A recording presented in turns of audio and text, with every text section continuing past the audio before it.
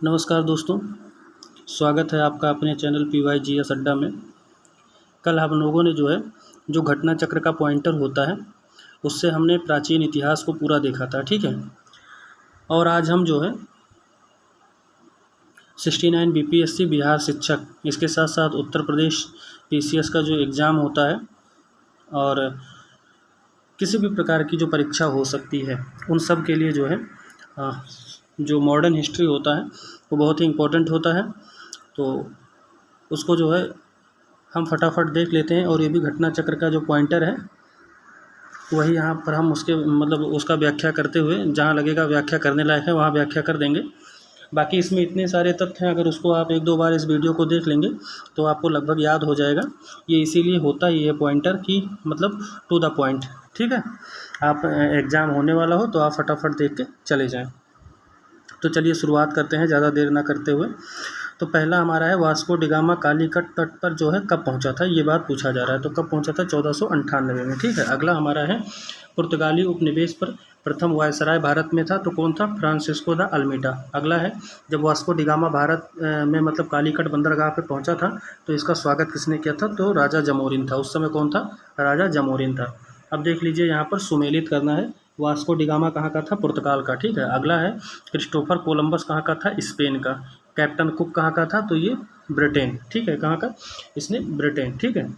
इसके बाद में अगला हमारा है, तस्मान, ये कहाँ का था? हालैंड का। अब देख लेते हैं, जो भारत में पुर्तगाली शक्ति थी उसका वास्तविक संस्थापक कौन था? ध्यान रखिएगा, वास्तविक संस्थापक पूछेगा तो अल्बुकर्क हो जाएगा, ठीक है।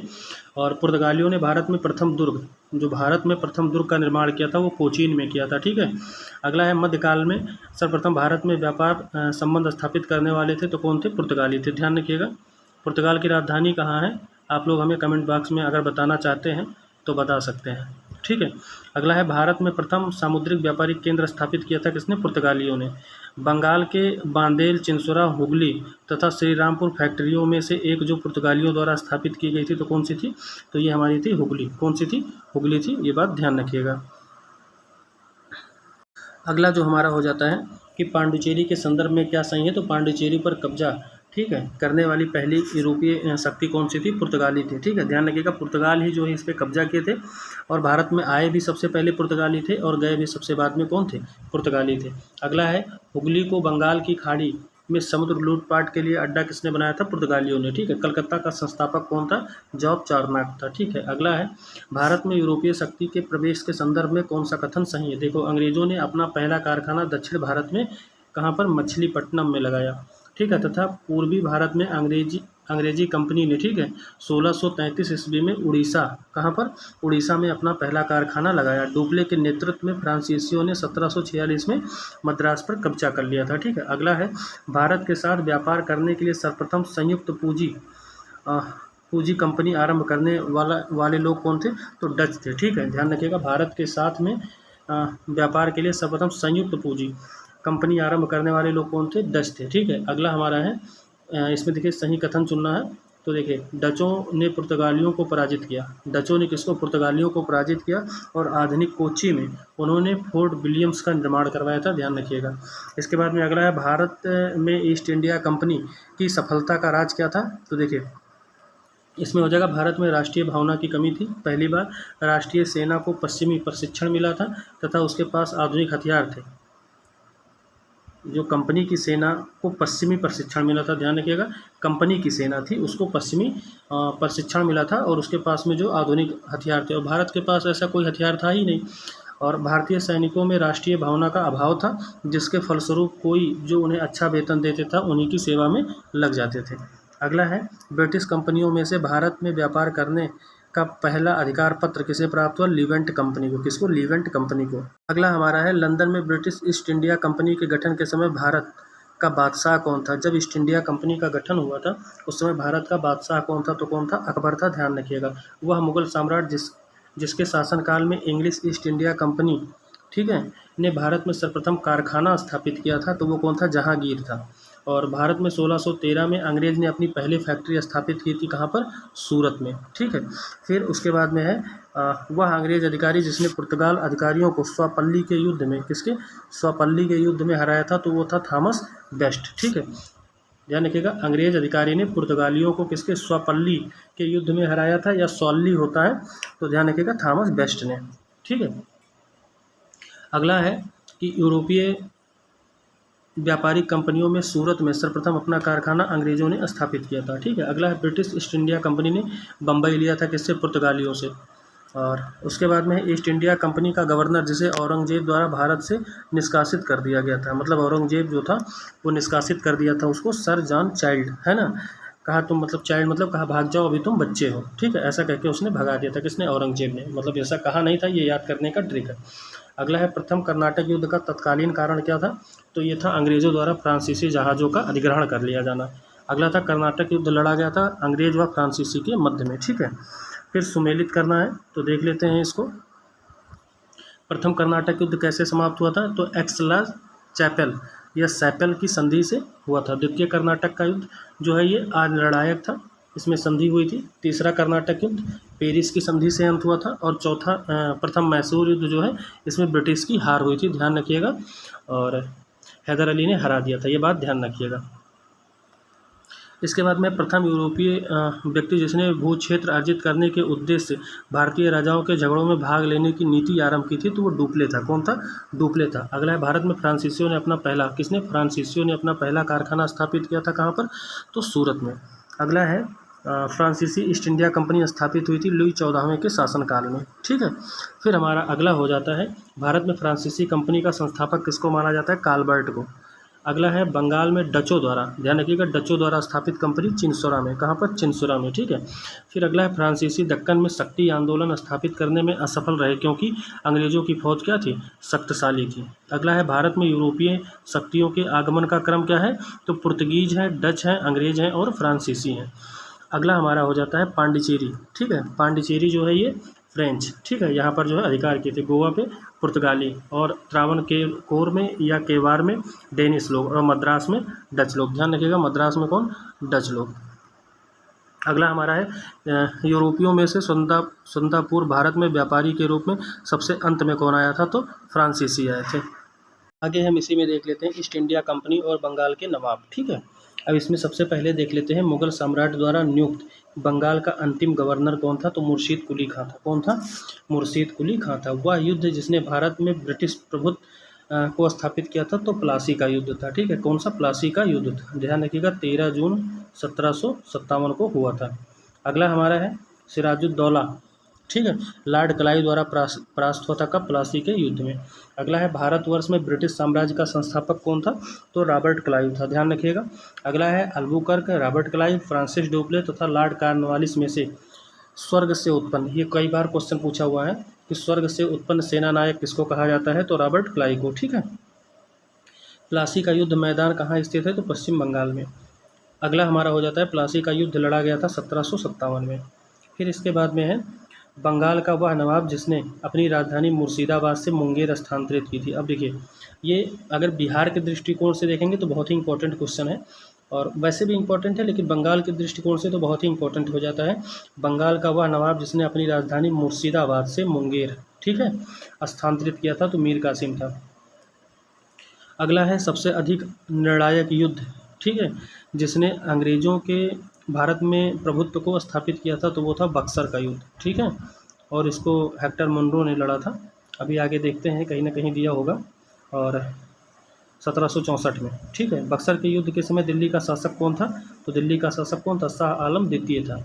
अगला है बक्सर की लड़ाई के समय बंगाल का नवाब कौन था, मीर जाफर। ठीक है, ईस्ट इंडिया, जो इंग्लैंड की ईस्ट इंडिया कंपनी की भारत में प्रथम निर्णायक सैन्य सफलता मानी जाती है बक्सर के युद्ध से। ठीक है, ईस्ट इंडिया कंपनी को दीवानी प्रदान की गई थी शाह आलम द्वितीय द्वारा।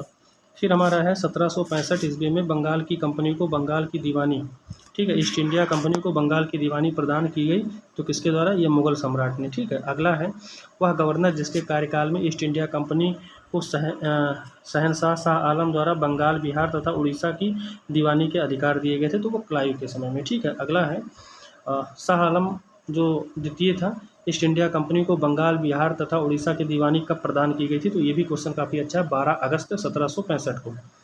ठीक है, फिर इलाहाबाद की संधि, यही देखिए, यही मैं बताने जा रहा था, लेकिन नीचे दिया हुआ है कि इलाहाबाद संधि के बाद में रॉबर्ट क्लाइव अब इलाहाबाद की संधि कब हुई थी? 12 अगस्त 1765 और 16 अगस्त 1765 को ध्यान रखिएगा। इलाहाबाद की संधि के बाद रॉबर्ट क्लाइव ने मुर्शिदाबाद का उप दीवान किसको बनाया था? ये काफ़ी इंपॉर्टेंट क्वेश्चन है, मोहम्मद रजा खान को, ठीक है। फिर है 1765 में दीवानी प्रदान किए जाने के बाद ब्रिटिश सबसे पहले जिस पर्वतीय जनजाति, ध्यान रखिएगा, पर्वतीय जनजाति के संपर्क में आए थे तो वो कौन था? खासी। ये गारो, खासी और जयंतिया, ये 3 पड़ती हैं और ये तीनों आप कमेंट बॉक्स में बताइए कि किस राज्य में है। इसके बाद में है मतलब 18वें शतक में, यानी 18वें शताब्दी में भारत में लड़े गए युद्धों का सही जो कालक्रम है वो क्या है, ये पूछा जा रहा है। तो यहाँ पर है अंबर का युद्ध, प्लासी का युद्ध, ठीक है, वांडीवास का युद्ध और बक्सर का युद्ध। तो यहाँ पर हम देख रहे थे कि 1765 में जो दीवानी प्रदान की गई थी, हमने पूछा है, इसको आप लोग ज़रूर बताइएगा कि किस पर्वतीय जनजाति के संपर्क में आए थे। तो खासी थी, इसके अलावा गारो, खासी और जयंतिया, ये तीनों मतलब कहाँ पर पाई जाती हैं, किस स्टेट में, इसको हमने पूछा है।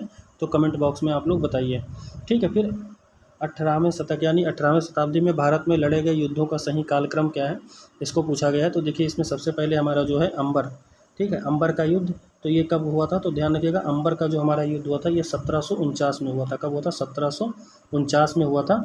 और इसमें जो है कर्नाटक की गद्दी पर अनवरुद्दीन और हैदराबाद की गद्दी पर नासिर जंग जो है आसीन थे। तो चंदा साहब, मुजफ्फर जंग और डुप्ले जो थे, इनकी संयुक्त सेना ने अनवरुद्दीन को 1749 में अंबूर के युद्ध में क्या कर दिया था? हरा दिया था, ठीक है। लेकिन अंग्रेज़ों की तरफ से क्लाइव के कुशल नेतृत्व में फ्रांसीसी सेना को हार का सामना करना पड़ा था और 1755 में पांडिचेरी की संधि पर जो है ये समाप्त हो गया था, ध्यान रखिएगा। और फ्रांसीसियों की तरफ से कौन था? गेडुहा ने जो है किया था। इसी के बाद में डुप्ले को वापस बुला लिया गया था, ये बात ध्यान रखिएगा। इसके बाद में हमारा आ जाता है वांडीवास का युद्ध, ये 22 जनवरी को हुआ था। कब? 22 जनवरी 1760 को, ध्यान रखिएगा, 22 जनवरी 1760 को। फिर हमारा आ जाता है बक्सर का युद्ध, ये 1764 में है। और प्लासी का कब है? तो ये हमारा कब से है? 1757, ध्यान रखिएगा, 23 जून 1757 को है, ये बात भी आपको ध्यान रखना है, ठीक है। आगे हम लोग देख लेते हैं कि वांडीवास के युद्ध में जो है ब्रिटिश ने फ्रेंच को हराया था, ये बात हमने बता दिया। अगला जो हमारा है कि सही सुमेलित, यानी इसको जो है मिलान करना है। तो देखिए इसमें सबसे पहले है बक्सर का युद्ध, ये मीर कासिम के विरुद्ध में जो है ईस्ट इंडिया कंपनी द्वारा लड़ा गया था। कब? 1764 में, ठीक है। अगला हमारा है और प्लासी का 1757 में। वांडीवास का युद्ध जो है ये फ्रांसीसियों के विरुद्ध ईस्ट इंडिया कंपनी ने लड़ा था। कब? 1760 में, ध्यान रखिएगा। इसके बाद में हमारा अगला है चिलियावाला का युद्ध। ये देखिए, ये हम आपको बता दे रहे हैं, चिलियावाला का जो युद्ध हुआ था ये 13 जनवरी को हुआ था। कब? 13 जनवरी, ठीक है। और कब? 1849 को, 1849 को हुआ था। किसके? डलहौजी के विरुद्ध किसने लड़ा था? सिखों ने लड़ा था। अगला हमारा है खरदा का युद्ध। तो खरदा का युद्ध जो हमारा है ये 1795 में हुआ था। कब हुआ था? 1795 में, ध्यान रखिएगा। खरदा का युद्ध कब हुआ था? 1795। 1795 में क्या हुआ था? खरदा का युद्ध। और इसमें जो है निज़ाम के विरुद्ध कौन लड़े थे? मराठे लड़े थे, और मराठे जो है निज़ाम को बहुत बुरी तरीके से पराजित कर दिए थे। अगला है भारत में अंग्रेज़ों का सर्वाधिक विरोध किया गया था, किसके द्वारा? मराठों के द्वारा। बाद में हम देख लेते हैं रणजीत सिंह के राज्य में सम्मिलित था कौन? श्रीनगर, ठीक है। रणजीत सिंह संबंधित थे किस मिसल से थे? तो सुकर चकिया मिसल से। अगला है महाराजा रणजीत सिंह की राजधानी कहाँ पर थी? तो लाहौर में थी, ठीक है। रणजीत सिंह ने सुप्रसिद्ध कोहनूर का हीरा किससे प्राप्त किया था? तो शाह सूजा से। किससे? शाह सूजा से। अगला है ईश्वर की इच्छा थी कि मैं सभी धर्मों को एक निगाह से देखूं, इसीलिए उसने दूसरी आंख की रोशनी ले ली है। यह बात जो है महाराजा रणजीत सिंह ने अपने लिए, स्वयं के लिए यानी कहा था, ठीक है। अगला जो हमारा है महाराजा रणजीत सिंह के जो उत्तराधिकारी थे वो कौन थे? तो ये पूछ लेता है कि उनके उत्तराधिकारी कौन थे? तो खड़क सिंह थे, ठीक है। और सिख राज्य का अंतिम राजा कौन था? तो वो दलीप सिंह थे, ध्यान रखिएगा, दलीप सिंह। पंजाब के पूर्व महाराजा दलीप सिंह के विषय में 23 अक्टूबर, ठीक है, 1893 में उनका निधन पेरिस में हुआ था, ठीक है। और नासिक में उनकी अंत्येष्टि हुई थी। उन्होंने कभी भी सिख धर्म नहीं छोड़ा था और वह कभी भी रूस नहीं गए थे। में से कौन सा कथन जो है सही है, ये बात बताना है। तो 23 अक्टूबर 1893 को उनका निधन कहाँ हुआ था? पेरिस में। यही बात जो है सही है, बाकी सभी क्या है? गलत है। आगे है पंजाब के विलय के पश्चात पंजाब पर शासन करने के लिए 3 की परिषद सदस्य थे, मतलब जो 3 सदस्यीय परिषद थे उसमें कौन कौन था? तो देख लीजिए, उसमें कौन था? सर हेनरी लॉरेंस, ठीक है, अध्यक्ष थे। सर जॉन लॉरेंस एवं चार्ल्स ग्रेवियल, ये इतने लोग थे। अगला है प्रथम आंग्ल मैसूर युद्ध, ये हैदर अली, ठीक है।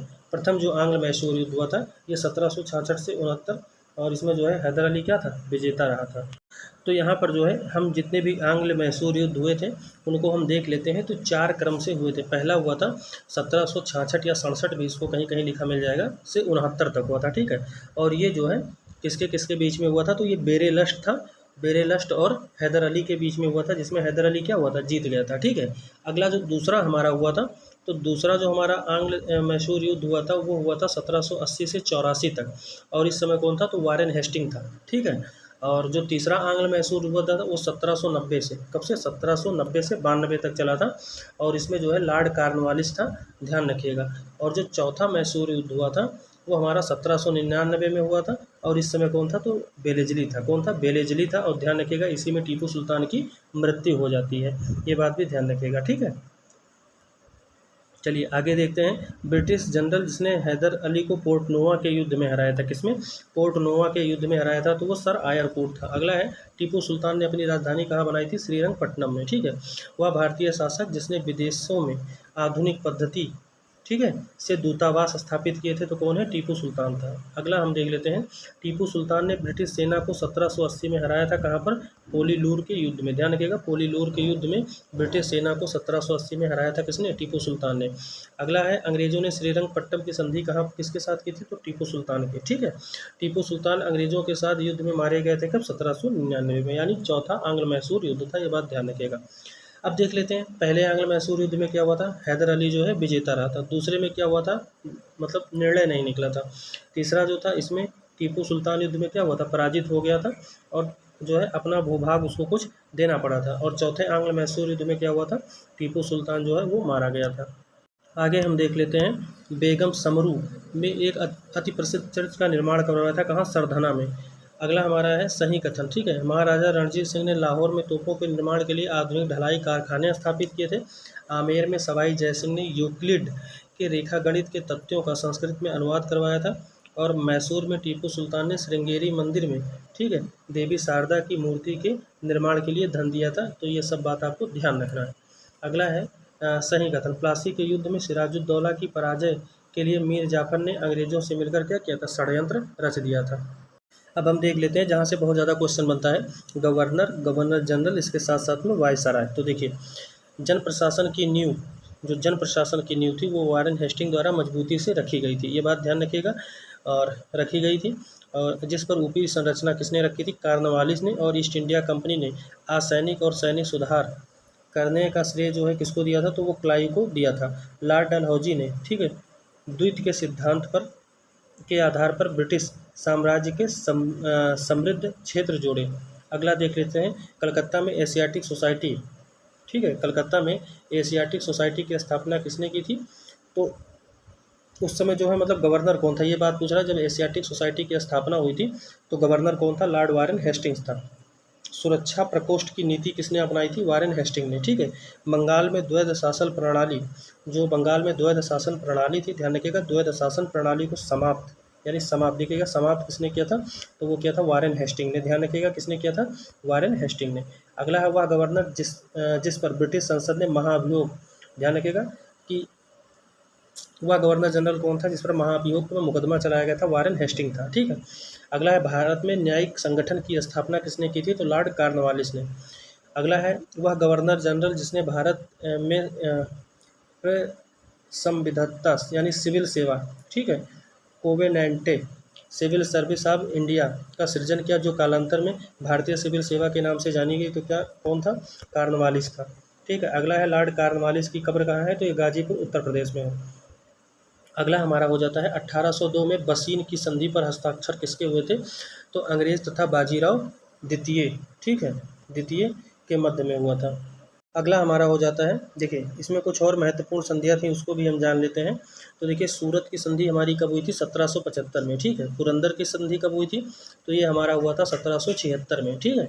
बड़गांव की संधि 1779 में, सालबाई की संधि 1782 में, और बसीन की संधि कब हुई थी, 1802 में, देवगांव की संधि 1803 में, ठीक है।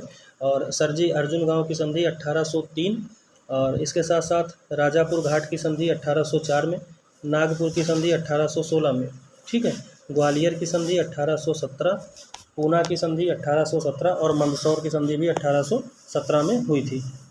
अगला हमारा है लॉर्ड वेलेज़ली की सहायक संधि को स्वीकार करने वाला पहला मराठा जो है सरदार कौन था, तो वो पेशवा बाजीराव, ठीक है, पेशवा बाजीराव सेकंड था। अगला है सहायक संधि को क्रियान्वित किया गया था लॉर्ड वेलेज़ली के काल में, ठीक है।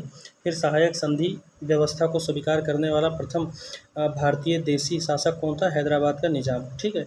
फिर अगला है हैदराबाद, मैसूर, अवध तथा सिंधिया में लॉर्ड वेलेज़ली के साथ सहायक संधि करने वाले राज्यों का सही क्रम कौन सा है, तो हैदराबाद है, मैसूर है, अवध है और फिर सिंधिया है।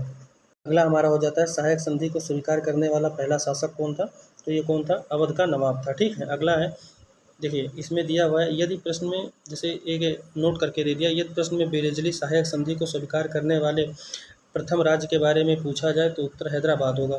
हैदराबाद के निजाम, इंदौर के होलकर, ठीक है, और जोधपुर के राजपूत, मैसूर के शासक में से सहायक संधि स्वीकार नहीं की थी, ध्यान रखिएगा। इंदौर के होलकर राज्य ने, ठीक है, इसने सहायक संधि जो है वो स्वीकार नहीं किया था, किसका, वेलेज़ली का। इसके बाद में है भारत राज्यों पर अंग्रेजी प्रभुत्व स्थापित करने के लिए प्रशासन में सहायक प्रणाली सूत्रपात किया था, किसने, लॉर्ड वेलेज़ली ने, ठीक है। ईस्ट इंडिया कंपनी का राजपूत राज्यों में सहायक संधि करने का मुख्य उद्देश्य क्या था, अंग्रेजों की प्रभुसत्ता स्थापित करना। अगला है उस समय जब नेपोलियन की शक्ति के सामने यूरोप में साम्राज्य धराशायी हो रहे थे, तत्कालीन समय में ब्रिटिश गवर्नर जनरल जिसे भारत में ब्रिटिश पताका फहरा रखी थी, कौन था, लॉर्ड वेलेज़ली था। आंग्ल नेपाल युद्ध, ठीक है, किसके शासनकाल में हुआ था, तो ये हुआ था लॉर्ड हेस्टिंग्स के। आगे हमारा आ जाता है, देखिए यहाँ पर दिया हुआ है, इसको हम देख लेते हैं, ये मिलान करने के दिया हुआ है। हेक्टर मुनरो, ये बक्सर के युद्ध के समय जो है सेना का नेतृत्व कर रहा था। लॉर्ड हेस्टिंग्स जो था ये आंग्ल नेपाल युद्ध के समय था। लॉर्ड वेलेज़ली चतुर्थ आंग्ल मैसूर युद्ध के समय में था। और लॉर्ड कॉर्नवालिस जो है ये तृतीय आंग्ल मैसूर युद्ध के समय था। अब देख लेते हैं तृतीय आंग्ल मराठा युद्ध से संबंधित कौन था, लॉर्ड हेस्टिंग था। इसके बाद में फिर है सर टॉमस मुनरो मद्रास के गवर्नर कब से कब तक रहे थे, तो 1820 से 1827 तक। तथा कथित कुशासन के आधार पर, ठीक है, जिस गवर्नर जनरल ने मैसूर राज्य के प्रशासन को ले लिया था वह था लॉर्ड विलियम बेंटिंग। अगला है गवर्नर जनरल तृतीय आंग्ल मैसूर युद्ध से कौन संबंधित था, लॉर्ड कॉर्नवालिस, ठीक है। फिर है, सब ये इंपॉर्टेंट है। इसके बाद में फिर देख लेते हैं ठगों के दमन से कौन संबंधित था, तो कैप्टन स्लीमैन था, ध्यान रखिएगा। सती प्रथा पर पाबंदी किसने लगाई थी, लॉर्ड विलियम बेंटिंग ने, ठीक है। विलियम बेंटिंग के द्वारा सती प्रथा समाप्त कब की गई थी, 1829 में। बंगाल में दासों के निर्यात पर रोक कब लगाया गया था, 1789 में। लॉर्ड डलहौजी द्वारा अवध का अंग्रेजी राज में विलय, ठीक है, किसके आधार पर किया गया था, तो ये कुशासन के आधार पर किया गया था। अगला है ब्रिटिश साम्राज्य में अवध का विलय कब हुआ था, तो 1856 में। अब इसके अलावा देख लेते हैं कुछ अन्य जो है राज्य कैसे विलय हुए थे, मतलब कब, 1849 में पंजाब का विलय हुआ था, 1848 में सतारा का विलय हुआ था, और 1856 में अवध का विलय, और 1855 में करौली का विलय हुआ था। इसके बाद में वह गवर्नर जनरल जिसने विलय की नीति नियोजित एवं क्रियान्वित की थी, या हड़प की नीति भी कह सकते हैं, तो वो कौन था, लॉर्ड डलहौजी था। अगला हम देख लेते हैं, ठीक है, ब्रिटिश में भारत में ब्रिटिश शासन के दौरान झांसी, संभलपुर, सतारा राज्यों का विलय का सही क्रम क्या है, तो सतारा है, फिर संभलपुर है और फिर झांसी है। अंग्रेजों द्वारा सिंध विजय संपन्न हुआ था लॉर्ड एलनबरो के समय में, ठीक है। अगला है सिंध पर ब्रिटिश ने कब्जा कर लिया था 1843 में। जब अवध का ब्रिटिश साम्राज्य में विलय हुआ था उस समय अवध का ब्रिटिश रेजिडेंट था, कौन था, जेम्स आउटर। फिर है भारत में अंग्रेज रेलवे लाइन जिस ब्रिटिश गवर्नर के समय में बिछाई गई थी, तो वो था लॉर्ड डलहौजी, ठीक है। और प्रथम रेलवे लाइन कहाँ से थी, तो बम्बई से ठाणे के बीच में 1853 में, ध्यान रखिएगा 1853 में। फिर है वह कंपनी जिसने सर्वप्रथम भारत में रेल यात्रा प्रारंभ की थी, तो क्या नाम था, ग्रेट इंडियन पेनिनसुला रेलवे। फिर है ब्रिटिश साम्राज्य राज क्षेत्र का अंतिम प्रमुख विस्तार किसके समय में हुआ था, लॉर्ड डलहौजी के, ठीक है।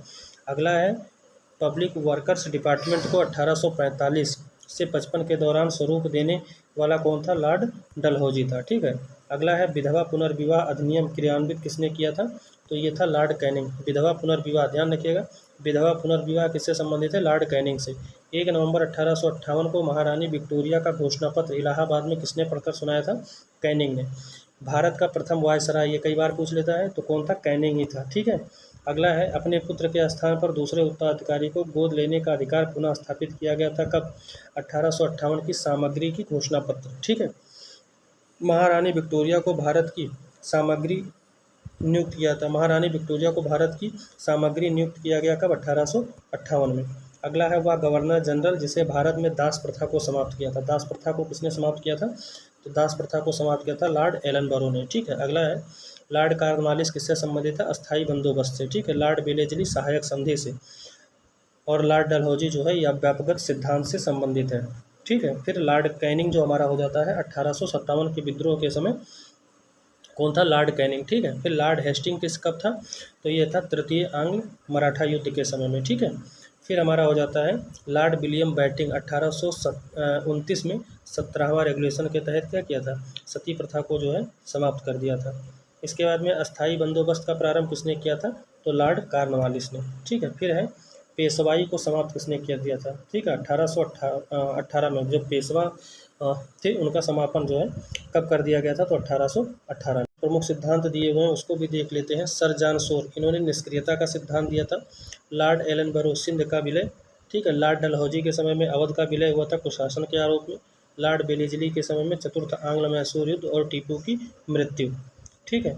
इसके बाद में हमारा अगला हो जाता है कि लॉर्ड डलहौजी जो है अवध का विलीनीकरण। लॉर्ड डफरिन ध्यान रखिएगा ये कई बार पूछा है। लॉर्ड डफरिन के समय में कांग्रेस की स्थापना 1885 में हुई थी और WC बनर्जी जो है इसके अध्यक्ष थे और इसके जो संस्थापक थे उनका नाम था O.E. ह्यूम। ठीक है। 1885 में।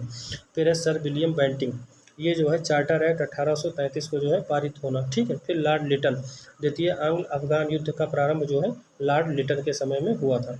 वह गवर्नर जनरल जो चतुराईपूर्ण कौन सा? चतुराईपूर्ण निष्क्रियता की नीति के साथ जुड़ा था जॉन लॉरेंस। ठीक है।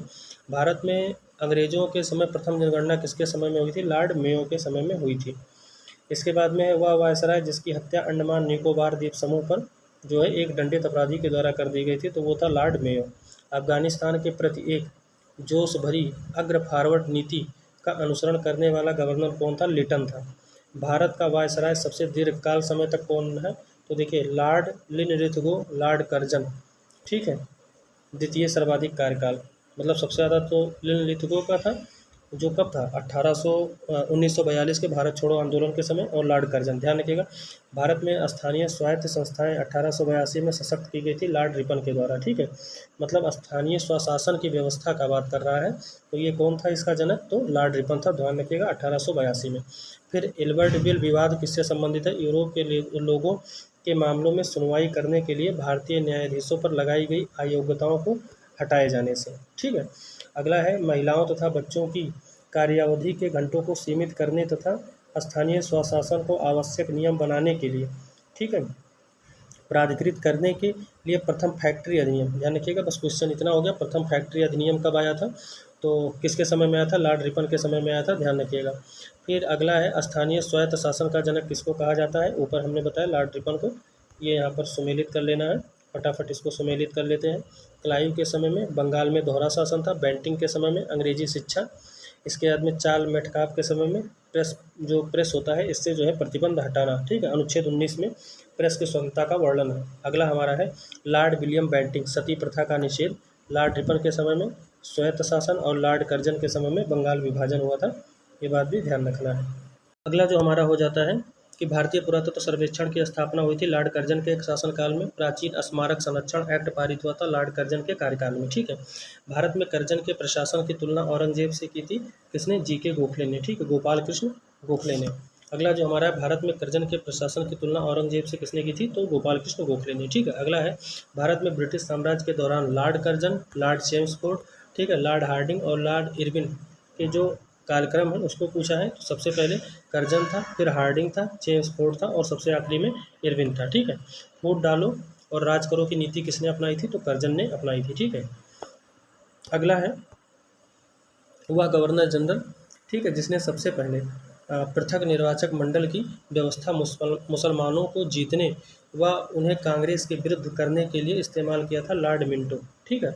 मार्ले मिंटो जो सुधार आया था उसी में मुस्लिमों के लिए अलग पृथक निर्वाचक मंडल मांगा गया था। ठीक है। 1909 में। अगला है भारत का एकमात्र यहूदी कौन था? तो लॉर्ड रीडिंग था। ध्यान रखिएगा लॉर्ड रीडिंग। अगला हमारा हो जाता है इसको मिलाना है। पिट्स इंडिया एक्ट किसके समय में आया था? तो वारेन हेस्टिंग के। Doctrine of lapse. ठीक है।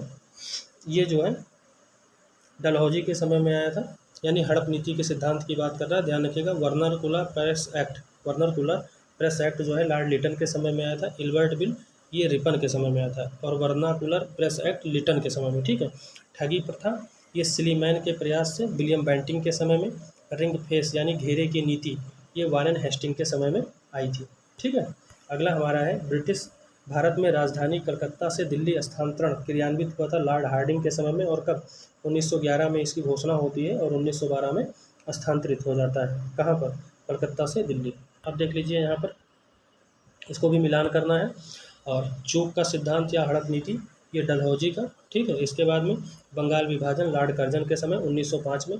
बंगाल में दोहरा शासन रॉबर्ट क्लाइव के समय में। और सामाजिक सुधार लॉर्ड विलियम बेंटिंग, ठीक है। राजा राम मोहन राय भी इसमें काफ़ी प्रयास किए थे। इसके बाद में फिर हम देख लेते हैं, ये सुमेलित करना है। इसमें जो हमारा पहला है, बंगाल में fort William presidency of governor general regulating act 1773 अधीन था किसके? चार्ल्स कॉर्नवालिस, ठीक है। लॉर्ड कॉर्नवालिस, कॉर्नवालिस का दूसरा अर्ल और पहला मार्केस। इसके बाद में भारत के governor general charter act 1833 James Andrew brown Ramsay Dalhousie, ठीक है। इसके बाद में तीसरा जो हमारा होगा, भारत के गवर्नर जनरल और वायसराय, ठीक है, गिलबर्ट जॉन और इलियट मरे। इसके बाद में फिर है गवर्नर जनरल और सम्राट का प्रतिनिधित्व गवर्नमेंट ऑफ इंडिया 1935 के अधीन आर्कीबाल्ड, पार्सिवल और बेबल। इसके साथ साथ में बाईकाउंट और अर्ल बेबल। अगला हमारा हो जाता है ब्रिटिश शासन का भारतीय अर्थव्यवस्था पर प्रभाव, ठीक है। अब देखिए, भारत में उपनिवेशी शासन काल में होम चार्जेज, ठीक है, यानी भारत से संपत्ति दोहन का महत्वपूर्ण अंग थे, ठीक है। संपत्ति दोहन का महत्वपूर्ण अंग थे वह निधियां जो होम चार्जेज के संगठक थी। तो देखिए, लंदन में इंडिया ऑफिस के भरण पोषण के लिए प्रयोग में लाई जाने वाली निधि, भारत में कार्यरत अंग्रेजी कर्मचारियों के वेतन तथा पेंशन देने हेतु, ठीक है, प्रयोग में लाई जाने वाली निधि। अब देखिए, शब्द इम्पीरियल, ठीक है, प्रोफ्रेंस का प्रयोग किया जाता था भारत में ब्रिटिश आयातों पर दी गई विशेष रियासतों के लिए। अगला है ब्रिटिश शासन के दौरान भारत में उद्योगों का कोई स्वतंत्र विकास नहीं हुआ था। इसका कारण क्या था? भारी उद्योगों का अभाव था। अगला है इस्तमरारी बंदोबस्त लागू, ठीक है। इस्तमरारी बंदोबस्त ये लॉर्ड कॉर्नवालिस ने जो है लागू किया था। अस्थाई बंदोबस्त का प्रारंभ किसने किया था? तो लॉर्ड कॉर्नवालिस ने किया था, ध्यान रखिएगा, 1798-99 में। अगला है अस्थाई बंदोबस्त, माफ़ करिएगा, जो अस्थाई बंदोबस्त था वो 1793 में। कब हुआ था? 1793 में, ध्यान रखिएगा, 1793 में, ठीक है, अस्थाई बंदोबस्त, ठीक है, 1793 में। इसके बाद में फिर अस्थाई बंदोबस्त किया गया था, तो जो अस्थाई बंदोबस्त था ये जमींदारों पर लागू किया गया था, ठीक है। अगला है चिरस्थाई, ठीक है। चिरस्थाई 1793 के अंतर्गत जमींदारों से अपेक्षा की गई थी कि वे खेतिहरों को पट्टा जारी करेंगे और अनेक जमींदारों ने पट्टा जारी नहीं किया। इसका कारण था जमींदारों के ऊपर कोई सरकारी नियंत्रण नहीं था। बिहार में परमानेंट सेटलमेंट लागू करने का कारण क्या था? जमींदारों के लिए जमीन पर वंश परंपरागत अधिकार को स्वेच्छा से हस्तांतरित करने का अधिकार। अगला है, देखिए यहाँ पर भरना है तो मैं इसको पहले से ही भर ले रहा हूँ, 1885, ठीक है। 1885 में बंगाल बिहार भूमि पर किराएदारों के अधिकारों को बंगाल किराएदारी अधिनियम द्वारा दिया गया था। कब? 1885 में। सर थॉमस मुनरो जिस भू राजस्व बंदोबस्त से संबंधित थे उसका नाम था रैयतवाड़ी व्यवस्था। अंग्रेज ने रैयतवाड़ी व्यवस्था जो है कहाँ पर? तो ये मद्रास और बम्बई प्रेसिडेंसी में लागू किया था। अंग्रेजों ने रैयतवाड़ी कहाँ पर लागू किया था? मद्रास प्रेसिडेंसी में। फिर है ब्रिटिश व्यवस्था में रैयतवाड़ी भू राजस्व संग्रह प्रचलित थी दक्षिण भारत में, ध्यान रखिएगा। अगला है रैयतवाड़ी बंदोबस्त के संदर्भ में कथन कौन सा सही है? तो देख लेते हैं। यहाँ पर जो कथन है, किसानों द्वारा लगान सीधे सरकार को दिया जाता था। सरकार रैयत को पट्टे देती थी। कर लगाने के पूर्व भूमि का सर्वेक्षण जो है और मूल्य निर्धारण किया जाता था। अगला हमारा है असम में सर्वप्रथम चाय कंपनी की स्थापना कब हुई थी? 1839 में। दादा भाई नौरोजी द्वारा प्रतिपादित अपवाह सिद्धांत या ड्रोन थ्योरी, ठीक है, की परिभाषा, सही परिभाषा क्या है? भारत की राष्ट्रीय संपदा का एक भाग अथवा कुल वार्षिक उत्पादन ब्रिटेन को निर्यात कर दिया जाता था, जिसके लिए भारत को कोई वास्तविक प्रतिफल नहीं मिलता था। अगला है अंग्रेजों के शासनकाल में आर्थिक दोहन का सिद्धांत किसने दिया था? ध्यान रखिएगा, आर्थिक दोहन का सिद्धांत किसने दिया था? दादा भाई नौरोजी ने। और निष्कासन के सिद्धांत का प्रतिपादन भी दादा भाई नौरोजी ने किया था। ठीक है। भारत में उपनिवेशवाद का या के आर्थिक आलोचक कौन थे? दादा भाई नौरोजी, जी सुब्रमण्यम अय्यर और इसके साथ में आर.सी. दत्त। अगला है बाल गंगाधर तिलक, आर.सी. दत्त, एम.जी. रानाडे और सर सैयद अहमद खां में से दादा भाई नौरोजी के उत्सारण सिद्धांत में विश्वास कौन नहीं करता था? सर सैयद अहमद खां। अगला है पावर्टी, ठीक है, poverty and the un British rule India नामक पुस्तक किसने लिखी थी? दादा भाई नौरोजी ने। दादा भाई नौरोजी की भारतीय राष्ट्रीय आंदोलन में सर्वाधिक प्रभावी देन क्या थी? इन्होंने इस बात से अभिव्यक्त किया कि ब्रिटेन भारत का आर्थिक शोषण कर रहा है। ठीक है। अगला हमारा आ जाता है, भारत में ब्रिटिश आर्थिक नीति घिनौनी है, यह विचार जो है कार्ल मार्क्स ने कहा था। अब देख लेते हैं 1857 की क्रांति। देखिए बहुत इंपॉर्टेंट है। अंग्रेजी भारतीय सेना में चर्बी वाले कारतूस से चलने वाली एनफील्ड राइफल को शामिल कब किए थे? दिसंबर 1856 में। कब? दिसंबर 1856 में। ठीक है। अगला हमारा हो जाता है कि भारत के प्रथम स्वतंत्रता संग्राम के मुख्य तत्कालिक कारण क्या थे? अंग्रेजों का धर्म में हस्तक्षेप का संदेह। अगला है मंगल पांडे की घटना कब हुई थी? बैरकपुर में। मंगल पांडे की घटना कब हुई थी? बैरकपुर में हुई थी। और मंगल पांडे सिपाही किस बटालियन के थे? तो 24वीं बंगाल नेटिव इन्फेंट्री के। ठीक है। 1857 के दौरान बहादुर शाह ने साहब ए आलम, ठीक है, बहादुर का खिताब दिया था किसको? बख्त खान को। ध्यान रखिएगा 1857 की क्रांति का प्रमुख कारण क्या था? ब्रिटिश साम्राज्य की नीति। और 1857 की क्रांति जो है प्रारंभ कहाँ से हुई थी? तो मेरठ उत्तर प्रदेश से। 1857 स्वतंत्रता संग्राम से संबंधित पहली घटना थी सैनिकों का दिल्ली के लाल किले पर पहुंचना। ठीक है। अगला है 1857 स्वाधीनता संग्राम का प्रतीक क्या था? तो ये कमल और रोटी था। 1857 संग्राम में झांसी, मेरठ, दिल्ली तथा कानपुर के केंद्रों में सबसे पहले अंग्रेजों ने पुनः अधिकृत किया किसको? दिल्ली को। अगला हमारा हो जाता है कि 1857, ठीक है, स्वतंत्रता संघर्ष की वीरांगना महारानी लक्ष्मीबाई का जन्म कहाँ हुआ था? तो ये हुआ था वाराणसी में। ध्यान रखिएगा। और इनके बचपन का नाम मणिकर्णिका था। अगला है 1857 में बरेली से विद्रोह का नेतृत्व जो है खान बहादुर साहब कर रहे थे। और महारानी लक्ष्मीबाई की समाधि जो स्थित कहाँ है? ग्वालियर में। ठीक है। रानी लक्ष्मीबाई को अंतिम युद्ध का सामना करना पड़ा था किससे? हीरोज का सामना करना पड़ा था। 1857 में जो लखनऊ से नेतृत्व कौन कर रही थी? बेगम हजरत महल कर रही थी। ठीक है। अगला है वह महिला जिन्होंने अवध में 1857 की, सेम बात है, बेगम हजरत महल। इलाहाबाद में 1857 का नेतृत्व मौलवी लियाकत अली ने किया था। किसने? मौलवी लियाकत अली ने। इसके बाद में हमारा आ जाता है 1857 के संघर्ष में भाग लेने वाले सिपाहियों में सर्वाधिक संख्या कहाँ से थी? तो अवध से थी। इसके बाद में अगला है नाना साहब के कमांडर इन चीफ कौन था? तो त्यात्या टोपे। कौन थे? त्यात्या टोपे थे। अगला है अजीमुल्ला खां सलाहकार किसके थे? नाना साहब के। ठीक है। फिर कभी कभी पूछ लेता है नाना साहब का नाम क्या था? तो धोंदूपंत था। ये भी बात ध्यान रखिएगा। ठीक है। अगला है वर्ष 1857 के विद्रोह के संदर्भ में नाना साहब, कुंवर सिंह, खान बहादुर खान, त्यात्या टोपे में से वह जिसे, ठीक है, उसके मित्र ने धोखा दिया था तथा जिसे अंग्रेज द्वारा बंदी बनाकर मार दिया गया था, त्यात्या टोपे को। ठीक है। और त्यात्या टोपे का ही नाम क्या था? रामचंद्र पांडुरंग था। ये बात ध्यान रखिएगा। यही बात यहाँ पूछा गया है। आगे है कुंवर सिंह 1857 के विद्रोह में कहाँ से? तो ये देखिए ये कर रहे थे कहाँ से? जगदीशपुर से। ठीक है। जगदीशपुर कहाँ है? बिहार में। अगला है पटना के 1857 में स्वतंत्रता संग्राम के नेता कौन थे? राजपूत वीर कुंवर सिंह। असम में 1857 क्रांति के नेता कौन थे? दीवान मनीराम दत्त। ध्यान रखिएगा, दीवान मनीराम दत्त। 1857 विद्रोह में बिहार में 15 जुलाई 1857 से 20 जनवरी 1858 तक का केंद्र कौन था? जगदीशपुर। अगला हमारा है जगदीशपुर का वह व्यक्ति जिसने 1857 में, ये सब कुंवर सिंह के बारे में कहा जा रहा है।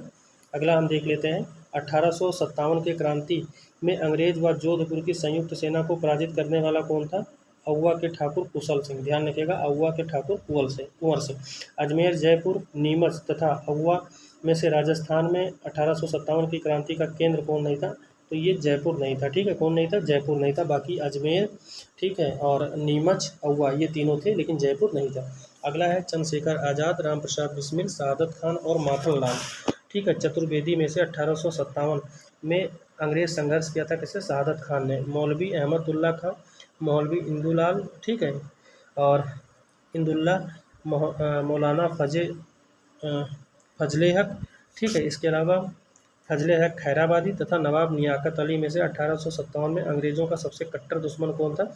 तो ये थे मौलाना अहमदुल्ला शाह। अब देखिए 1857 के विद्रोह को देखने वाले कवि कौन थे? तो मिर्ज़ा गालिब थे। सुप्रसिद्ध उर्दू शायर मिर्ज़ा गालिब का मूल निवास कहाँ है? तो मिर्ज़ा गालिब कहाँ के निवासी थे? मूल रूप से ये आगरा के। कहाँ के? आगरा, उत्तर प्रदेश। अगला है आज़ादी की पहली लड़ाई 1857 में भाग नहीं लिया था कौन? तो भगत सिंह ने भाग नहीं लिया था। अगला हमारा हो जाता है कि 1857 के विद्रोह में बेगम हजरत महल, कुंवर सिंह, ऊधम सिंह तथा मौलवी अहमदुल्ला में से संबंध नहीं था। किसका? ऊधम सिंह का। ठीक है। अगला हमारा हो जाता है 1857 संग्राम, ठीक है, में सर्वाधिक सहायता करने वाला राजवंश कौन सा था? तो ये था ग्वालियर के सिंधिया। अंग्रेजों की सर्वाधिक सहायता किसने की थी? ग्वालियर के सिंधिया ने। भारत में शिक्षित मध्यम वर्ग ने, ठीक, 1857 में विद्रोह की तटस्थता बनाए रखी थी। अगला है खेतिहर, मजदूर, साहूकार, कृषक व जमींदार वर्गों में से 1857 के विद्रोह में भाग किसने नहीं लिया था? तो साहूकार और जमींदारों ने भाग नहीं लिया था। ठीक है। अगला हमारा है झांसी, चित्तौड़, जगदीशपुर व लखनऊ में से वह क्षेत्र कौन है जो 1857 से प्रभावित नहीं था? तो चित्तौड़। कौन था? चित्तौड़। ऐसे बिहार के संदर्भ में पूछा जाता है तो उसमें मुंगेर जो है 1857 की क्रांति से प्रभावित नहीं था। ठीक है। इसके बाद में फिर सेम वही बात दिया हुआ है, तो यहाँ पर कुछ ज़्यादा दिमाग नहीं लगाना है। आगे हम लोग देख लेते हैं। ठीक है। वक्त खां, ये दिल्ली से जो है नेतृत्व कर रहे थे 1857 का। मौलवी अहमदुल्ला अवध से कर रहे थे। और कुंवर सिंह आरा से, नाना साहब ये कर रहे थे कानपुर से। ठीक है। फिर आगे देख लेते हैं, वही बात पूछी गई है कि झांसी की रानी, तो झांसी से, ठीक है, लखनऊ से बेगम हजरत महल, कानपुर से अजीमुल्ला खां और फैज़ाबाद से मौलवी अहमद शाह। अब देख लेते हैं नाना साहब कानपुर से, नवाब हामिद अली खान दिल्ली से, मौलवी अहमदुल्ला लखनऊ से और मनी राम दीवान कहाँ से? असम से। फिर इसके बाद में आता है 1857 के विद्रोह के समय भारत का गवर्नर जनरल कौन था? तो लॉर्ड कैनिंग था। ठीक है। और 1857 विद्रोह के समय बैरकपुर में ब्रिटिश कमांडिंग ऑफिसर कौन था? John Bennet हैरसे।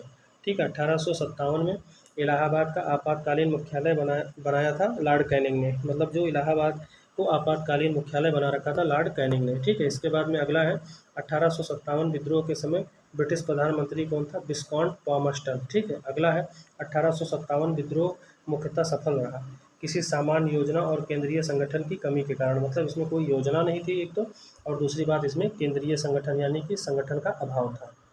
अगला जो हमारा हो जाता है कि 1857 का प्रथम स्वतंत्रता संग्राम असफल हुआ क्योंकि भारतीय सिपाहियों के उद्देश्य में एकता में पहली बात तो कमी थी, और भारतीय जो राजा थे वो ब्रिटिश सरकार का साथ दिए थे। ठीक है। ब्रिटिश सिपाही कहीं अच्छे सज्जित व संगठित थे, मतलब इनके पास अच्छे हथियार थे और वेल ट्रेंड थे, इसीलिए।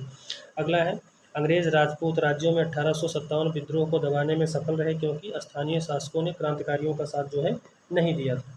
इसके बाद में है जनरल जॉन निकलसन, जनरल नील, मेजर जनरल हैवाक, ठीक है, हैवलॉक तथा सर हेनरी लॉरेंस में से वह ब्रिटिश अधिकारी जिसने लखनऊ में अपना जीवन खोया था, मतलब लखनऊ में मार दिए गए थे। तो जनरल नील, मेजर जनरल, ठीक है, हैवलॉक और सर हेनरी लॉरेंस।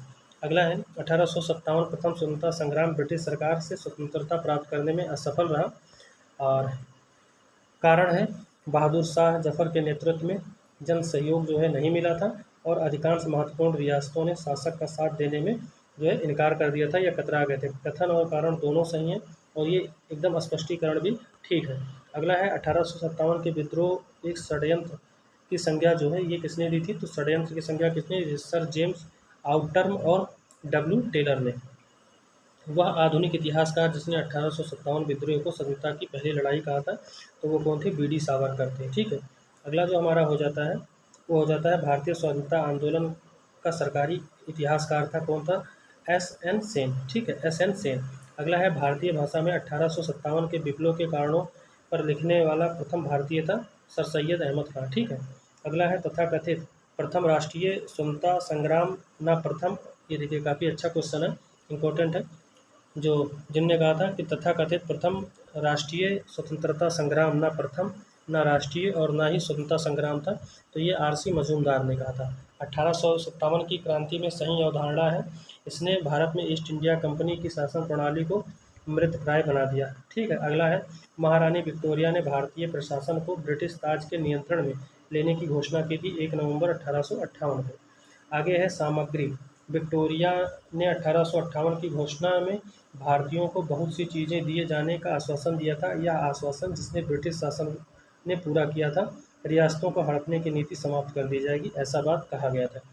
अगला है महारानी विक्टोरिया की उद्घोषणा का उद्देश्य था भारतीय राज्यों को ब्रिटिश साम्राज्य में मिलाने के किसी भी विचार का परित्याग करना तथा भारतीय प्रशासन को ब्रिटिश क्राउन के अंतर्गत रखना। अगला जो हमारा है पब्लिक सर्विस आयोग, ठीक है, पब्लिक सर्विस आयोग, पील आयोग, हंटर आयोग, साइमन कमीशन में से 1857 के विद्रोह के दमन के बाद भारतीय फौज के 9 संगठन से संबंधित था पील आयोग। 1857 विद्रोह के बाद ब्रिटिश सरकार ने सिपाहियों का इन प्रांतों से चयन किया, गोरखा, सिख, पंजाबी, उत्तर प्रांत से, ठीक है।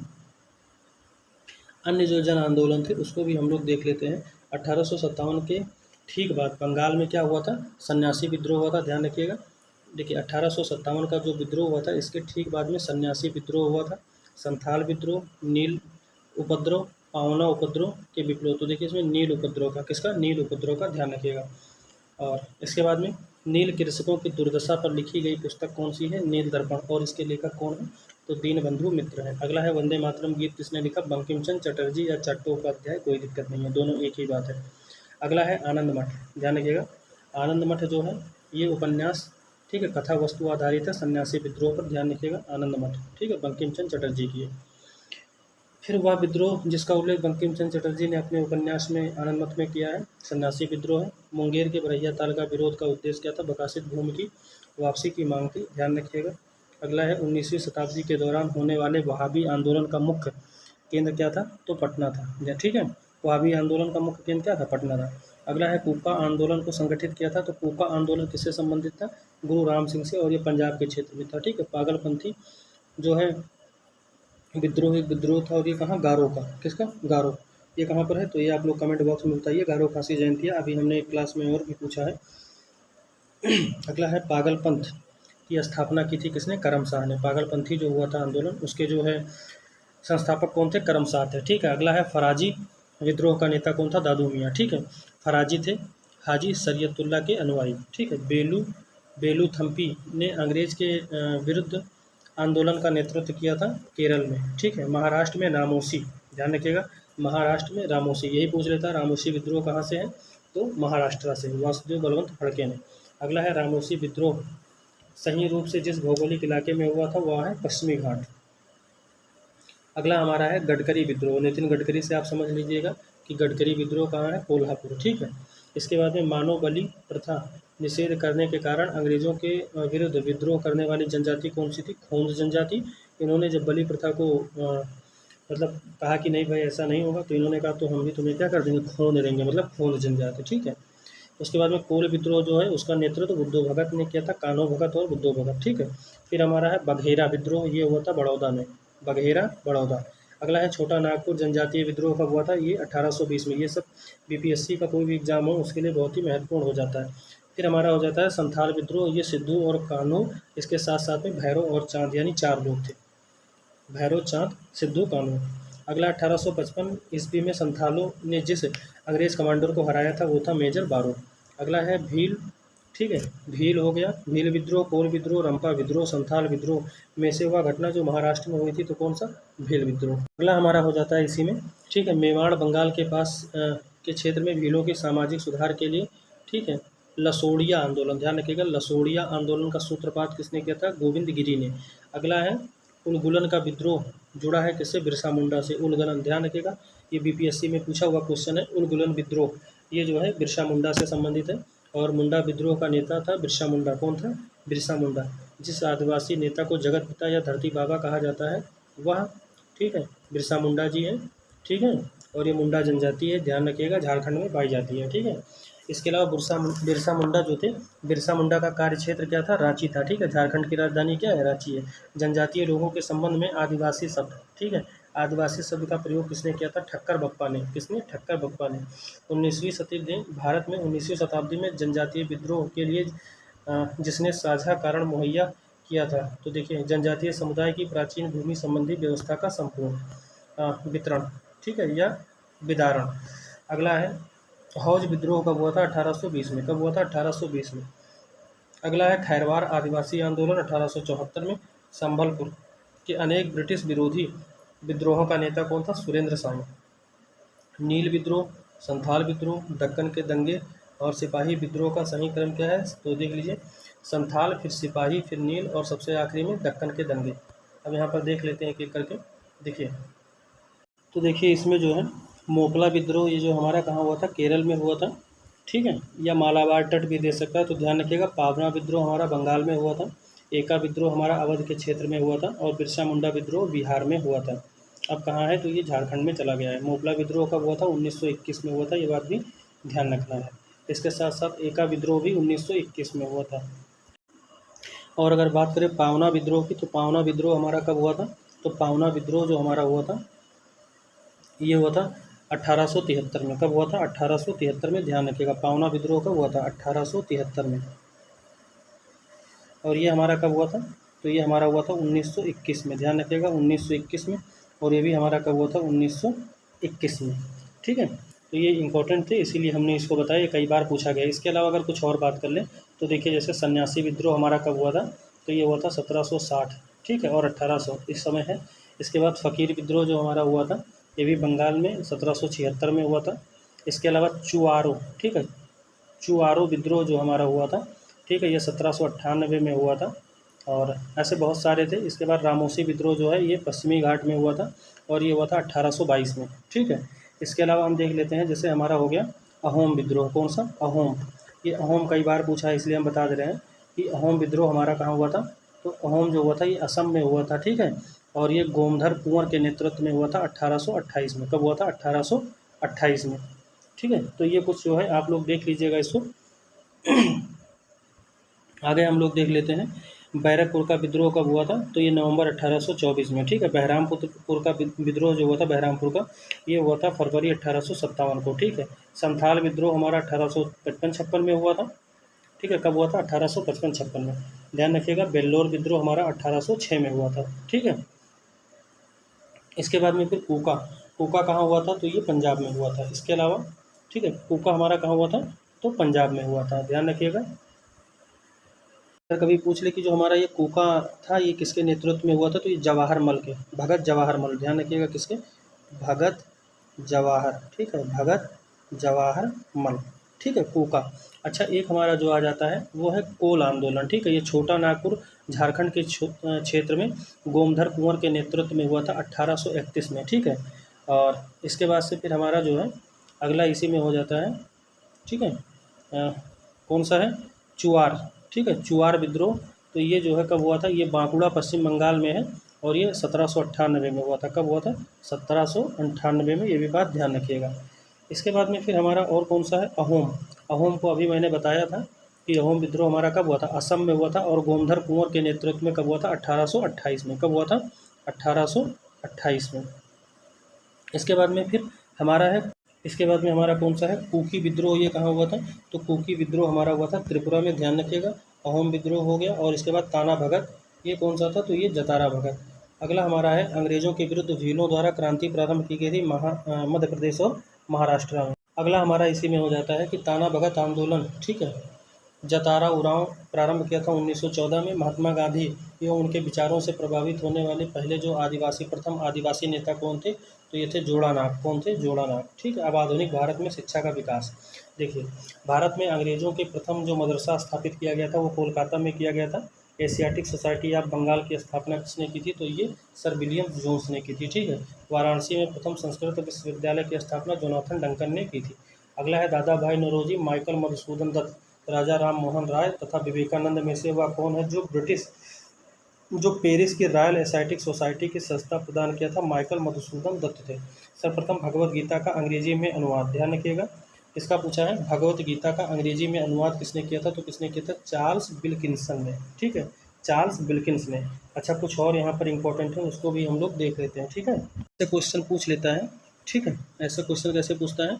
जैसे हमारा हो गया महाभारत, ठीक है। कौन सा हो गया? महाभारत, ठीक है, महाभारत। तो इस महाभारत का जो है अनुवाद किसने किया था? फारसी भाषा में। तो किसने किया था? वो किया था बदायूनी ने। किसने किया था? बदायूनी ने। और क्या नाम था? तो रज्जनामा नाम था। क्या नाम था? रज्जनामा। ध्यान रखिएगा, रज्जनामा, ठीक है। इसके बाद में पंचतंत्र, क्या चीज़, पंचतंत्र, तो इसका क्या था, पंचतंत्र का जो था, पंचतंत्र इसका जो है फारसी में अनुवाद था, उसको क्या कहा गया था, अकबर ए सुहेली, ध्यान रखिएगा क्या नाम था, अकबर, ठीक है, अकबर ए सुहेली, ध्यान रखिएगा अकबर ए सुहेली। इसके बाद में हमारा और हो जाता है कि जैसे उपनिषद को, तो इसको जो है सिर ए अकबर, अगर उपनिषद की बात कर दें तो उपनिषद को क्या कहा जाता है, तो उपनिषद को क्या कहा जाता है, उपनिषद जो हमारा था, इस उपनिषद को क्या कहा जाता है, सिर ए अकबर, ठीक है, फारसी में इसका अनुवाद जो है क्या है, सिर ए अकबर। तो ये इतना इम्पोर्टेंट था, इसको हमने बता दिया। अगला है स्वतंत्रता से पूर्व, ठीक है, स्वतंत्रता पूर्व अवधि में ब्रिटिश सरकार द्वारा भारत में आधुनिक शिक्षा के प्रसार का मुख्य उद्देश्य क्या था, छोटे पदों, ठीक है, छोटे प्रशासनिक पदों पर नियुक्त, ठीक है, शिक्षित भारतीयों की आवश्यकता। अगला है ब्रिटिश सरकार ने जिस अधिनियम ने सबसे पहली बार भारत में शिक्षा के लिए जो है 1 लाख रुपए की व्यवस्था की थी, तो वो कौन सा था, चार्टर अधिनियम 1813 का। अगला है चार्ल्स वुड का आदेश पत्र किससे संबंधित था, शिक्षा से। हिंदी का पहला समाचार पत्र उदंत मॉडर्न, ठीक है, 30 मई 1826 को प्रकाशित हुआ था, कहाँ से, कलकत्ता से।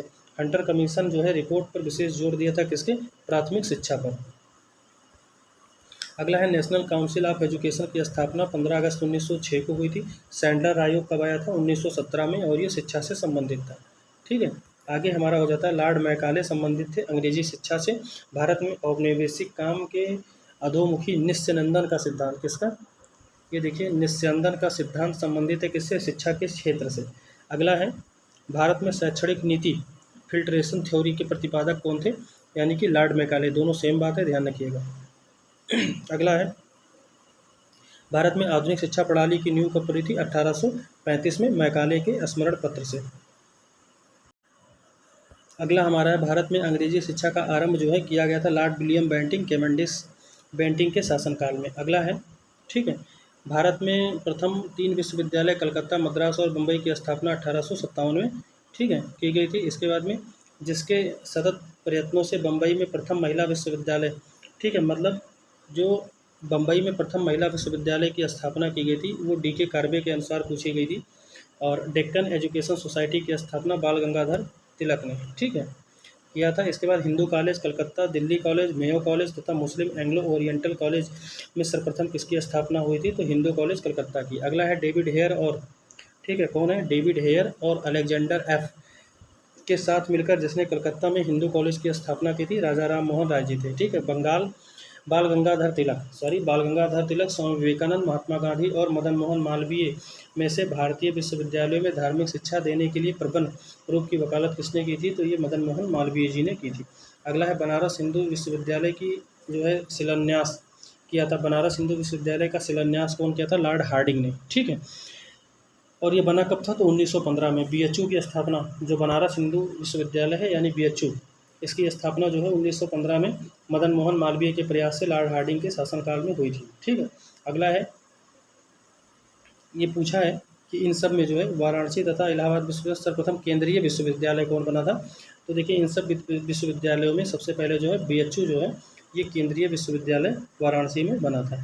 अगला जो हमारा हो जाता है कि आधुनिक भारत में प्रेस का विकास। देखिए भारत का पहला समाचार पत्र बंगाल गजट था, ठीक है, बेलेजली वारिंग हेस्टिंग्स, और इसके साथ साथ जॉन एडम्स तथा डलहौजी में से सर्वप्रथम प्रेस सेंसरशिप किसने लागू किया था, तो सेंसरशिप लागू करने वाला सबसे पहले कौन था, बेलेजली था। 1878 में वर्नाकुलर प्रेस एक्ट को रद्द किसने किया था, लॉर्ड रिपन ने, ठीक है, वर्नाकुलर प्रेस एक्ट का प्रवर्तन किया था लॉर्ड लिटन ने, ध्यान रखिएगा। इसके बाद में वह गवर्नर जनरल जिसके समय में भारतीय प्रेस अधिनियम समाप्त किया गया था वो कौन था, तो लॉर्ड रिपन के समय में भारतीय प्रेस अधिनियम को समाप्त कर दिया गया था। पत्रकार के कर्तव्य का निर्वहन करने हेतु जेल जाने वाले प्रथम भारतीय कौन थे, बाल गंगाधर तिलक थे। अगला है अमेरिका में फ्री हिंदुस्तान अखबार जो है शुरू किया था, किसने किया था, तारकनाथ दास ने। अगला है फारसी साप्ताहिक मीरातुल अखबार, ध्यान रखिएगा, कई बार पूछा है कि मीरातुल अखबार जो है ये किससे संबंधित है, साप्ताहिक फारसी पत्रिका है राजा राम मोहन राय से, कौन सा, मीरातुल अखबार। अगला है 1880 के दशक में इंडियन मिरर अखबार का प्रकाशन कोलकाता से होता था, ध्यान रखिएगा। और गदर पत्र का प्रथम अंक प्रकाशित हुआ था उर्दू भाषा में। गदर जो पार्टी का पत्र गदर था वो एक साप्ताहिक पत्र था। और गदर पार्टी की स्थापना कब हुई थी, तो गदर पार्टी की स्थापना 1913 में हुई थी, कहाँ पर, सैन फ्रांसिस्को में, ध्यान रखिएगा, लाला हरदयाल ने किया था। अगला हमारा हो जाता है अमृत बाजार पत्रिका की स्थापना किसने की थी? शिशिर कुमार घोष ने। लोकमान्य बाल गंगाधर तिलक ने भारतीय स्वतंत्रता संग्राम की सेवा के उद्देश्य से जो समाचार पत्र प्रकाशित किया था उसका नाम केसरी था। ठीक है। क्रांतिकारी काल में लोकप्रिय पत्रिकाएं जो अनेक कारणों से कांग्रेस की आलोचना करती थी, तो वो हो गई बंगवासी, काल तथा केसरी। ठीक है। अगला है वह समाचार पत्र जिसने भारतीय स्वतंत्रता संग्राम के काल में क्रांतिकारी आतंकवाद की वकालत की थी, वो थे संध्या, युगांतर और इसके साथ साथ में काल। ठीक है। अगला है सोम प्रकाश नामक समाचार पत्र शुरू किया था किसने? ईश्वरचंद्र विद्यासागर ने। ठीक है, ध्यान रखिएगा, सोम समाचार पत्र किसका था? ईश्वरचंद्र विद्यासागर का। अगला है new India, leader, young India तथा फ्री प्रेस जनरल अखबारों में से मुख्यतः उदारवादियों की नीति का प्रचारक कौन था? लीडर था। ठीक है। दी इंडियन ओपिनियन पत्र नहीं छपता था किसमें? उर्दू भाषा में। इंडियन ओपिनियन पत्र के संपादक कौन थे? मनसुख लाल नाजर थे। कौन थे? मनसुख लाल नाजर थे, ध्यान रखिएगा। और एक साप्ताहिक पत्रिका के रूप में यंग इंडिया का शुभारंभ जो है किसने किया था? होम रूल पार्टी ने।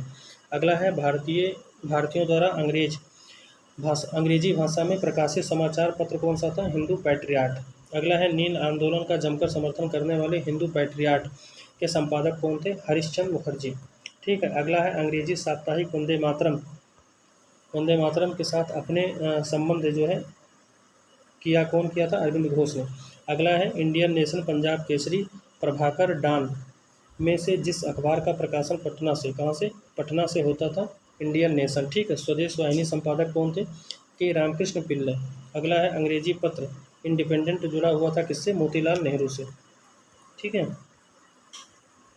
अगला हमारा हो जाता है भारत मित्र, ये किस भाषा में था? हिंदी में। ठीक है। राष्ट्रमत किस में था? मराठी में। ठीक है। प्रजा मित्र किस में था? ये हमारा गुजराती में था। और नायक किस में था? बंगाली में। दैनिक आज किस में था? तो ये शिव प्रसाद गुप्त की, ध्यान रखिएगा, दैनिक आज किसकी है? ये शिव प्रसाद गुप्त की है। अगला है द लीडर, ये मदन मोहन मालवीय की है। द नेशनल हेराल्ड किसकी है? तो ये पंडित जवाहरलाल नेहरू की है। अगला है द पायनियर किसकी है? जॉर्ज एलन की। ठीक है। इसके बाद में फिर हम देख लेते हैं कानपुर से प्रकाशित जिस समाचार पत्र के माध्यम से विजय सिंह पथिक ने बिजौलिया आंदोलन, ध्यान रखिएगा कौन सा आंदोलन? बिजौलिया आंदोलन को समूचे भारत में चर्चा एवं का विषय बनाया था? प्रताप। अगला है हरिजन के प्रारंभकर्ता कौन थे? महात्मा गांधी।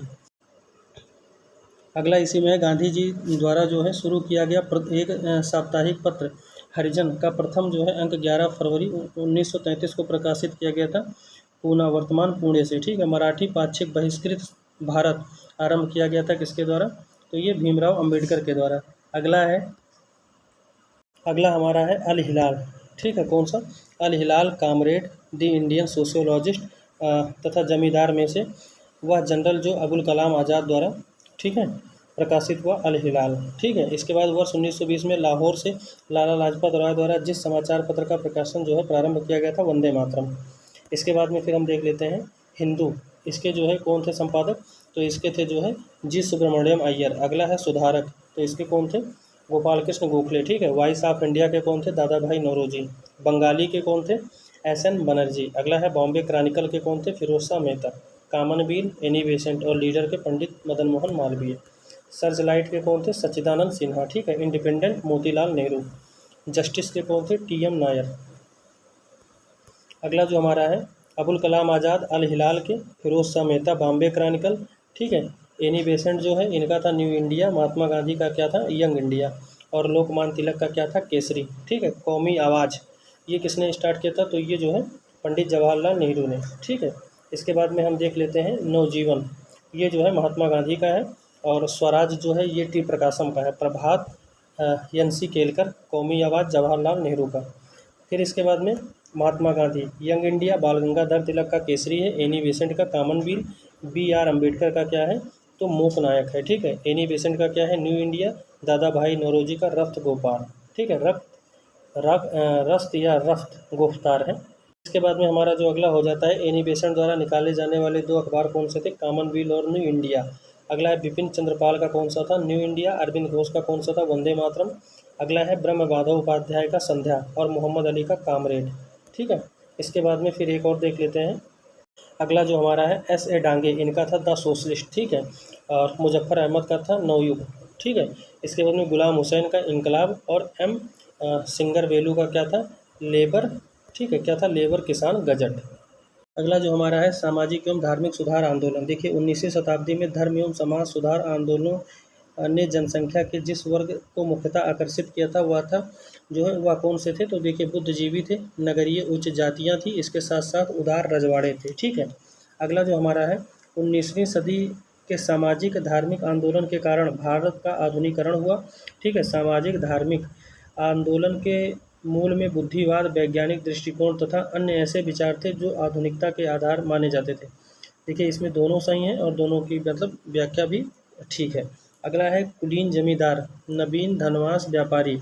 ठीक है। शिक्षित हिंदू मध्यम वर्ग तथा ठीक है शिक्षित मुसलमान में से वह जिसे सर्वप्रथम पश्चिमी सभ्यता से प्रभावित किया गया था, तो कौन थे, शिक्षित हिंदू मध्यम वर्ग। अगला है भारतीय जागृति का जनक किसको कहा जाता है, राजा राम मोहन राय को। अब ये सारे क्वेश्चन उन्हीं से हैं, चाहे जागृति का जनक कह लीजिए, पुनर्जागरण का पिता कह लीजिए, या फिर राष्ट्रवाद का पैगंबर कह लीजिए। ठीक है। और या फिर उनको आधुनिक पुरुष कह लीजिए, सभी बात इन्हीं के लिए है। ठीक है। इसके बाद में हमारा अगला जो आ जाता है वो है राजा राम मोहन राय द्वारा स्थापित प्रथम संस्था कौन सी थी, आत्मीय सभा थी। ठीक है। कब हुई थी, 1815-16 में। इसके बाद में राजा राम मोहन राय द्वारा ब्रह्म समाज की स्थापना 1828 में की गई थी। कहीं कहीं 29 मिलेगा, तो जैसा ऑप्शन होगा वैसा टिक कर लेंगे। ठीक है। अगला है राजा राम मोहन राय को जो है राजा की उपाधि किसने दी थी, तो अकबर द्वितीय ने दी थी। और इनकी मृत्यु कहाँ पर हुई थी, तो ब्रिस्टल लंदन में हुई थी। अगला जो हमारा है कलकत्ता यूनिटेरियन कमेटी। ठीक है। टेबरनेकल ऑफ न्यू डिपेंडेशन तथा इंडिया रिफॉर्म एसोसिएशन में से केशव चंद्र सेन का संबंध किससे था, तो ये था टेबरनेकल ऑफ न्यू इंडिया ठीक है डिस्पेंसन तथा इंडिया रिफॉर्म एसोसिएशन की स्थापना से। अगला है ब्रह्म समाज के संस्थापक कौन थे, भारतीय ब्रह्म समाज। ध्यान रखिएगा, भारतीय ब्रह्म समाज के संस्थापक कौन थे, केशव चंद्र सेन। ब्रह्म समाज का सिद्धांत आधारित था एकेश्वरवाद पर। बाल विवाह, सती प्रथा, पाश्चात्य शिक्षा, मूर्ति पूजा, इन सभी का विरोध जो है राजा राम मोहन राय ने पाश्चात्य शिक्षा का। ठीक है। अगला है ब्रह्म समाज के बारे में सही कथन। ठीक है। इसने मूर्ति पूजा का विरोध किया और धार्मिक ग्रंथों की व्याख्या के लिए इसने पुरोहित वर्ग को अस्वीकार कर दिया। अगला है 19वीं शताब्दी में ठीक है उत्तरार्ध में नव हिंदूवाद के सर्वश्रेष्ठ प्रतिनिधि कौन माने जाते हैं, तो स्वामी विवेकानंद। ठीक है। विवेकानंद ने शिकागो में आयोजित पार्लियामेंट्री ऑफ वर्ल्ड्स रिलीजन्स में भाग लिया था 1893 में। ठीक है। अगला है प्रख्यात समाज सुधारक जिसने ज्ञान योग, कर्म योग तथा राजयोग नामक पुस्तक किसने लिखी, स्वामी विवेकानंद ने। ठीक है। रामकृष्ण मिशन की स्थापना किसने की, स्वामी विवेकानंद ने। ठीक है। और कब की थी, तो 1897 में। ठीक है। अगला है शारदा मणि थी रामकृष्ण परमहंस की पत्नी, ध्यान रखिएगा। इसके बाद में दयानंद सरस्वती का जो है इनके द्वारा क्या स्थापित किया गया था, आर्य समाज 1875 में। ठीक है। वेदों की ओर लौटो दयानंद सरस्वती का ही नारा था। और भारत का मार्टिन लूथर किसे कहा जाता है, दयानंद सरस्वती को। सत्यार्थ प्रकाश किसकी रचना है, इन्हीं की है। ठीक है। और सत्यार्थ प्रकाश पुस्तक है आर्य समाज की। शुद्धि आंदोलन का समर्थन किसने किया था, आर्य समाज ने। अच्छा शासन स्वशासन का स्थापन नहीं है, या किसने कहा था, स्वामी दयानंद सरस्वती ने।